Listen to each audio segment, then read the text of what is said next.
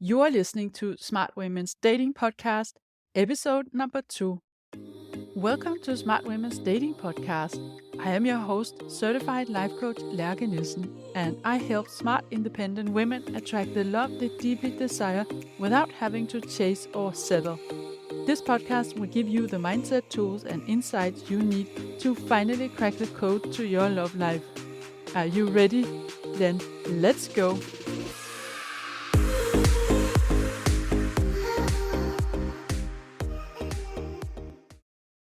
Welcome back to the podcast. I'm so glad you're here again. In this episode, I'm going to talk about a situation that I think a lot of you recognize, and I only know this too well from my past dating life, and it's also something that many of my clients have experienced, so it might resonate with you as well. This is about when you are chasing a man. It's a situation when you're dating a man that you really like, but who seems to be a little bit hard to get. It's difficult to get his attention and to get a date with him. He is shifting between hot and cold, but when he's hot, oh my god, he's really hot. And not just that, he's also seriously someone you find interesting and like spending time with, and you just don't want to let him slip away. So you turn him into a challenge and start chasing him. In this episode, I'm going to cast some light on this phenomenon, the man chasing, and then I will give you a few tools that you can use to clear your head, give your brain the cold shower so you can wake up and see what's really going on here. And I will also give you some insight on why you might be particularly vulnerable to falling into this trap, getting into chasing energy with a man who shows little or no interest, instead of just backing out. Because once we understand our behavior and we get this awareness, that's when we have a choice to start changing it and show up in ways that serve us better. And finally, I will give you 3 steps to take to get yourself out of the situation if you notice that this is happening to you right now. But first, let me explain this scenario a little bit more. You're dating a man and you really like him. You don't know him that well yet, but you know him enough to be sure that this is someone special. You feel good in his company, you have great conversations, and you feel very attracted to him. You have a lot in common, and there's a special connection between you guys, and you're starting to think that this could be someone you want to keep on a longer term, that this could be your person. He could be it. You might even have been intimate with him, and this makes you feel even more connected to him.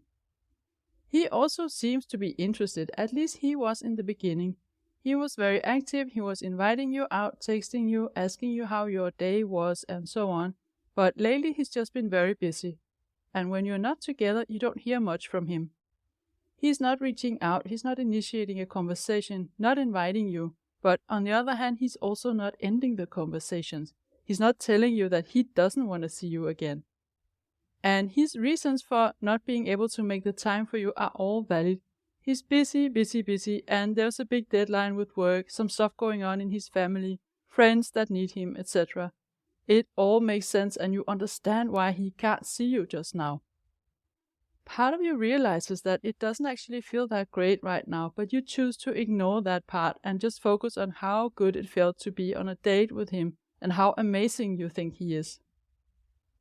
And as time passes and all you hear from him is a text every now and then as a response to something you sent him the day before, you should think that you would start losing interest in this guy. But ironically, what happens is the opposite. You start obsessing over him and the idea of getting just one more date. If I could only have one more date, then I can convince him of how great our connection is, and he will also feel it when we're together again. And if he doesn't, then at least I can see how he feels. I will know where he stands. It feels very important to get this one more date, and you even have urges to reach out to him. This restless feeling of wanting to take action, to get some answers, and it's basically just for you to get rid of this uncomfortable uncertainty and this little pinch of anxiety that you feel right now. So you look for excuses to text him and let him know that you are thinking of him, and you might even think of creative ways to show up in his life or organize a surprise date for him. And when you look at your phone, you notice that for every 1 text you have received from him, you sent him about 3. Now, you are officially in chasing energy. This is chasing. You might not see it like this in the moment. You just want to get some answers from this guy and find out where he stands and have this one chance of giving him your all so he can see what he's missing out on. But when you are taking all the initiative and he's leaning back and only responding to what you send his way, and this makes you want to do even more, then that is chasing. So I don't want you to feel bad about yourself now if you recognize this from your own life. There's nothing wrong with you, and nobody actually teaches us this. You are just responding in the way that you've experienced works in other areas of life. You want something, you go for it. But what I want you to see here is that this is not a good situation for you. It's not serving you. You are burning all your energy and you're not getting the result you want.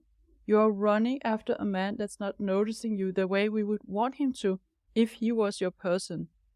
And if you're looking for a man who's not afraid of stepping up and taking initiative, then you don't want to invest your energy in someone you have to chase, right? Okay, so what are you going to do then? Time for the cold brain shower. I'm going to give you 3 questions to ask yourself so you can get more clarity and awareness of what's going on. Number 1, I want you to take a step back and ask yourself, what are his actions telling me? What are his actions telling me? Just look at what he's been doing and not doing over the past couple of weeks or maybe even months. Because he's already telling you something with his actions or lack of actions. We think we need to see him and hear the words from him, but what I want you to see here is that a man is already communicating to you through his actions. And what I want you to realize, although this might not be what you want to hear, is that a man who is really interested, he will find ways to find the time for you, regardless of how busy he is. He will move mountains to get a date with you, and he will find a minute to text you or call you. Just think of how easy it is for you to pick up the phone and text him, even if you are also super busy.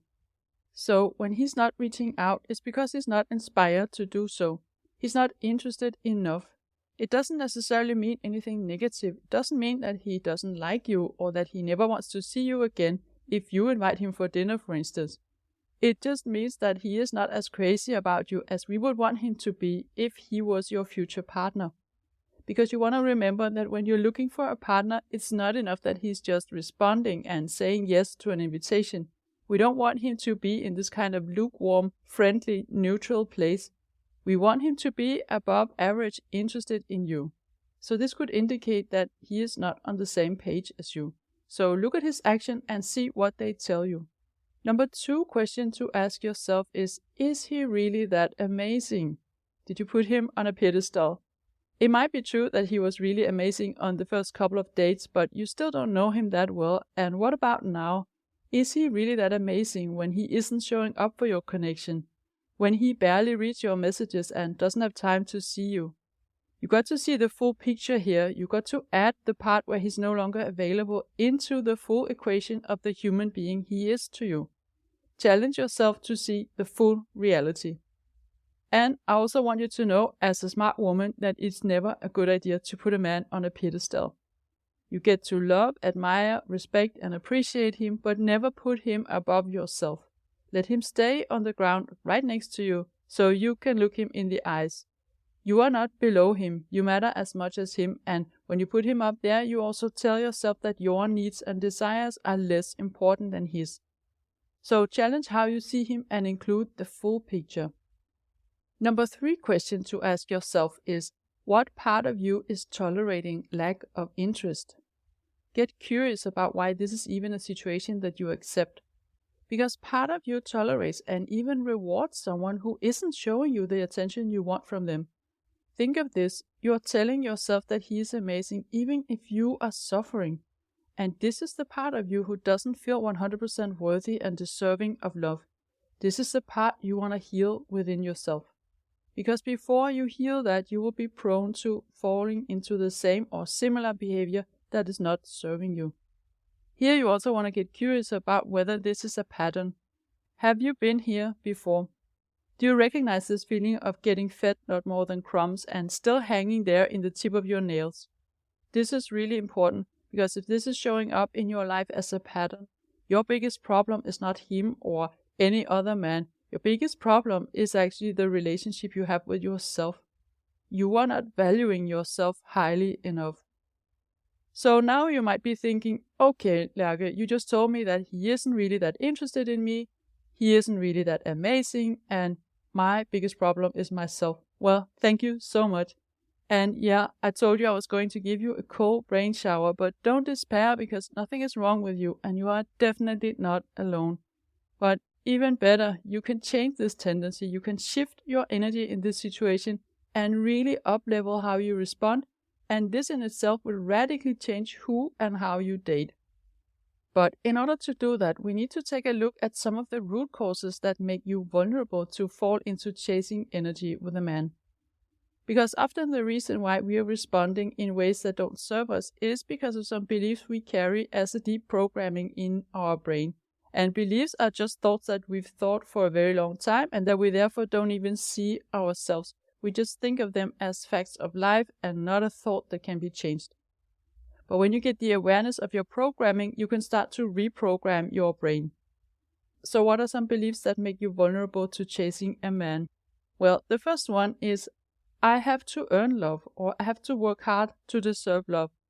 This belief that love has to be earned or achieved and that it doesn't come easily to you is sort of the evil twin belief of having to be perfect to feel good enough. It's driven by the same idea that worthiness and lovability is not a given and you have to earn both of them. So if you have a perfectionist mindset, you are most likely operating from this or a similar belief, but maybe on an unconscious level. You feel that your worth is closely correlated to your achievements. And this is of course not true. You are already lovable and worthy in yourself, and you do not have to work hard to deserve or earn love.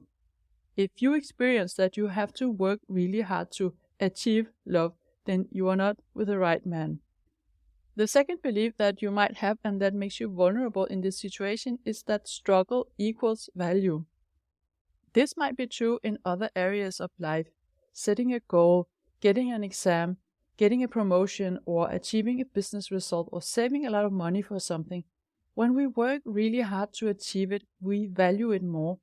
But this is not a useful thought to have in the case of love, because love is not more valuable if you have to work for it or struggle to get it. In fact, it's more a warning sign if you have to work for it. Unfortunately, our brain is also wired to perceive everything that's in scarcity as being more valuable, which is also not always true. So here I want you to challenge this automatic thinking and ask yourself, is getting attention from a man who is unavailable most of the time really that valuable? What are you not creating in your life when you believe that? Imagine you invest the same energy in someone who is actually available. Then where would you be now? The third and final belief that I want to share with you today is the belief that this is what works because it works in other areas of life, such as career, business, exams, studies, and goals in general. You are operating from the masculine, action-oriented energy that most of us learn to do, and that gives you results in other areas. We also think that part of being a modern woman is to be proactive with a man. But this sometimes leads us into an over-functioning energy where we are not actually equal with him.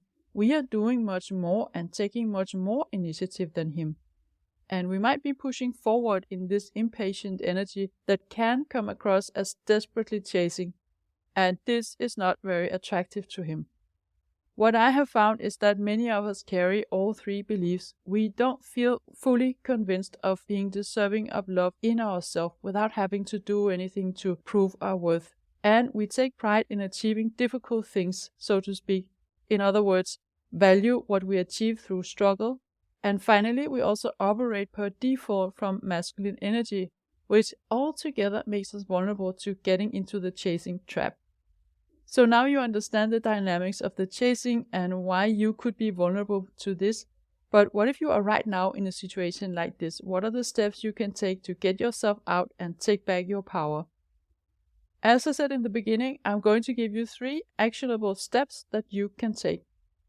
Step number 1. Again, I want you to look at his actions and then ask yourself, is this what I want from my ideal partner? What would I want from him? Have you even thought about that? Try to sit down and get really clear on this. It's important to understand that even if we cannot control other people's behavior, because don't even try, it's a no-go. We are always in control of how we respond, including what we tolerate from others. And you can let go of a man who doesn't show up for the connection. You don't have to wait until there's someone else to focus on. In fact, when you hold on to someone who's not good for you, you are blocking the space for the man who is right for you. So have the courage to leave some open space for a new person to come in. And the way that you do that is very simple, but it might not be easy. Stop reaching out now. Put the phone away, step away from it. You don't have to break up with him. You're not in a relationship, but let go of reaching out and let go of giving him all your power and all your energy. Step number 2 is take back the focus to yourself. This might not be what you feel like right now, and you might even feel discouraged and like you gave up on some big project. But I promise you, this will pass and you will get back your balance and inner peace when you take back your focus 100% to yourself. The first part of this is to be kind to yourself and allow yourself to feel whatever comes up. It is really important that you don't push away sadness with the reason that it wasn't a real relationship or you should be strong and move on. You've got to be there for yourself now and allow all these emotions. The next thing to do when you take back focus to yourself is do the things that light you up. Come back to enjoying life. Go out with friends, do the sports you like, listen to your favorite podcast, plan something fun for the coming weekend. Get back into your vibe of loving life and not being attached to one person. And then the final step you want to take here is open yourself up to other men. Not necessarily going on dates if you don't feel ready for that, but start connecting with other men that you see in your daily life. Go have a coffee with someone, chat with someone, smile to your colleagues, and so on. Like this, you're telling your brain that there are other men in this world and this guy is not the last one on earth. So when you are ready to go back to dating again, you want to do that. And you also want to hold on to living the rest of your life and enjoying it. Because when you do that and you avoid over-investing yourself too early in one person, this will help you stay out of the chasing energy. So I hope this was helpful, and I will be back sooner than you know with another episode of Smart Women's Dating Podcast. And in the meantime, have fun and enjoy dating. If you like what you're hearing on this podcast and you want to get support from a coach on your love journey, I invite you to book a free consult call with me. You will find the link in the show notes. And also, don't forget to subscribe, and I would love it if you would rate and review this podcast, and then you'll also help other women find it.